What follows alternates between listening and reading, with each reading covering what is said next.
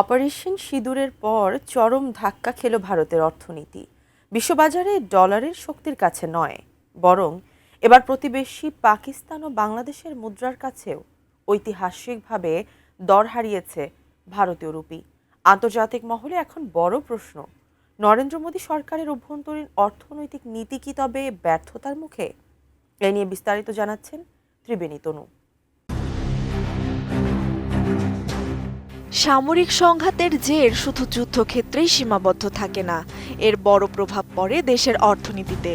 আন্তর্জাতিক গণমাধ্যম দ্য ওয়ারের এক সাম্প্রতিক প্রতিবেদনে ভারতের মুদ্রাবাজারের তেমনই এক নজিরবিহীন চিত্র উঠে এসেছে।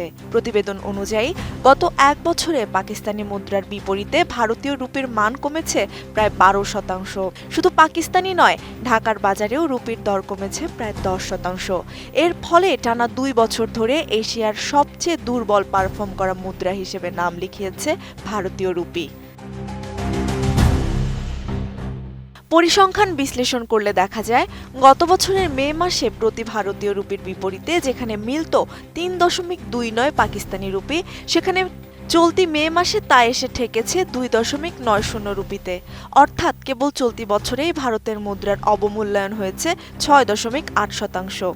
একইভাবে বাংলাদেশি টাকার বিপরীতেও রুপির দর 1.42 থেকে কমে দাঁড়িয়েছে 1.28 টাকায়।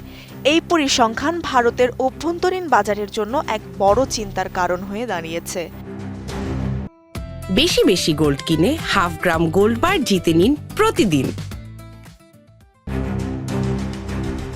অর্থনীতিবিদ ও বিশ্লেষকদের মতে, রুপির এই ঐতিহাসিক পতনের জন্য কেবল বৈশ্বিক পরিস্থিতি বা মার্কিন ডলারের শক্তি বৃদ্ধিকে দায়ী করা যাবে না। উদীয়মান অর্থনীতির অন্যান্য দেশগুলো একই আন্তর্জাতিক ধাক্কার সম্মুখীন হলেও তাদের মুদ্রার এমন পতন ঘটেনি, বরং এই পতন নরেন্দ্র মোদীর নেতৃত্বাধীন বিজেপি সরকারের অভ্যন্তরীণ অর্থনৈতিক নীতি ও আর্থিক ব্যবস্থাপনার দুর্বলতাকেই প্রকাশ্যে এনেছে।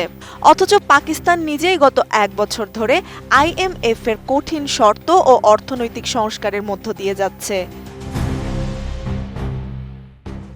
2012 ও 2013 সালে কংগ্রেস সরকারের আমলে রুপির সামান্য দরপতন নিয়েও তৎকালীন বিরোধী নেতা নরেন্দ্র মোদী তীব্র সমালোচনা করেছিলেন। সে সময় তিনি দাবি করেছিলেন, রুপির পতন আসলে কেন্দ্রীয় সরকারের ব্যর্থ শাসন ও দুর্বলতারই প্রতিফলন। কিন্তু আজ ক্ষমতায় থাকার 1 দশক পর তার নিজের আমলেই প্রতিবেশী দেশগুলোর মুদ্রার কাছে ধারাবাহিকভাবে মান হারাচ্ছে ভারতের মুদ্রা।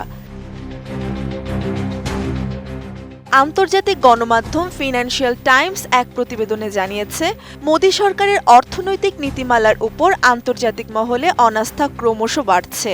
রুপির এই রেকর্ড পতনের ফলে ভারতীয় নাগরিকদের জন্য বিদেশে পড়াশোনা, ব্যবসা কিংবা ভ্রমণের খরচ এখন আকাশচুম্বী।